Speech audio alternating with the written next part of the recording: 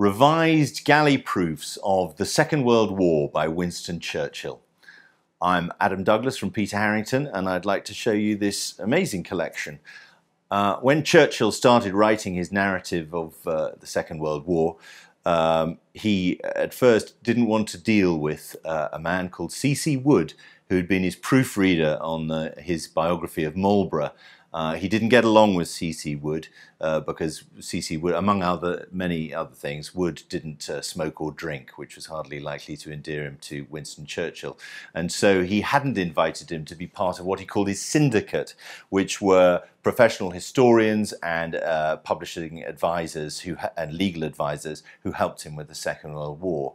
Now, after the first volume of the Second World War, The Gathering Storm, was published, he noticed an appalling number of typos in it, and he realized he was going to have to bring back C.C. Wood. And this is Wood's collection of all the galleys that he was involved with for the Second World War. This is just happens to be part of it, is one of the broken bindings of the Second World War as they were published by Cassell.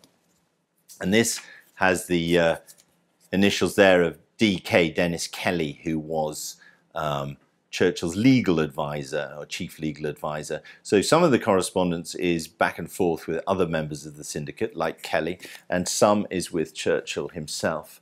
And it's really, there are very many different iterations. There are whole, as you can see, whole volumes. Say, for example, here's Volume 6 in a complete proof copy with its binding and some proofreading annotations made by Wood in it. He was a remarkably assiduous proofreader, but he also corrected matters of style, which Churchill did not take very kindly to. And so there's a sort of running battle goes on in these annotations. The Volume 1 had to be, there was a new edition, Churchill called for a new edition of that, and there are actually 3 different proofs here of the new first volume in various stages with various annotations. This one is the press proof that I'm holding here, and it has, going through it, various of Wood's notations, and then here you see that scribble there in red ink actually is W.S.C, Winston Spencer Churchill, is his mark to show that that had been passed by him. And there are various annotations by him where he sort of bickers, as it were, with Wood. But there are also just notes where he's passed it. This is the, as I say, is the press copy, so this is the final version of the proof. Again, we see Churchill there, and he's removing a little line there. So there are a number of Churchill's emendations as well as Wood's, and it's a really remarkable insight into the way that the book, which took many years, and for which in part he was awarded the Nobel Prize for Literature, is here, the Second World War. There's also some associated correspondence. There are smaller proofs where particular sections cause difficulty, including just things like the index, which is carefully corrected here, and Wood has made a note that that should be done.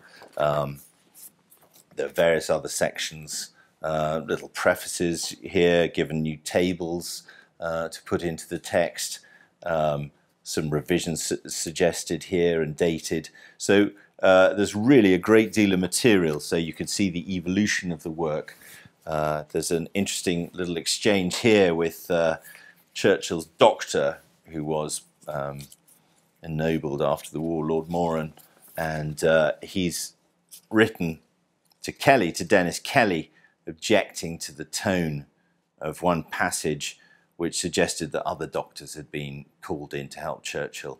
Moran wants to know that, wants people to know that he was in charge of the medical team, and so the text then has to be, there's a letter also to Churchill about it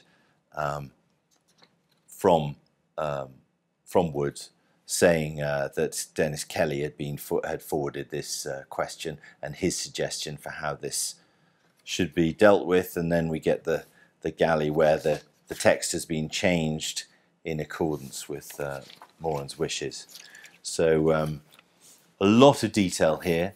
The Syndicate was basically the three most important people really were Bill Deakin, who was the chief historical advisor, Kelly, who was the chief legal advisor, and C.C. Wood, who was the master of minutiae. And here it is, the remnants of his set of the work that he did on the Second World War. It's a remarkably detailed archive, full details of which are given on our website, and you can also find details of other Churchill items and indeed many other things that we have on the Peter Harrington website.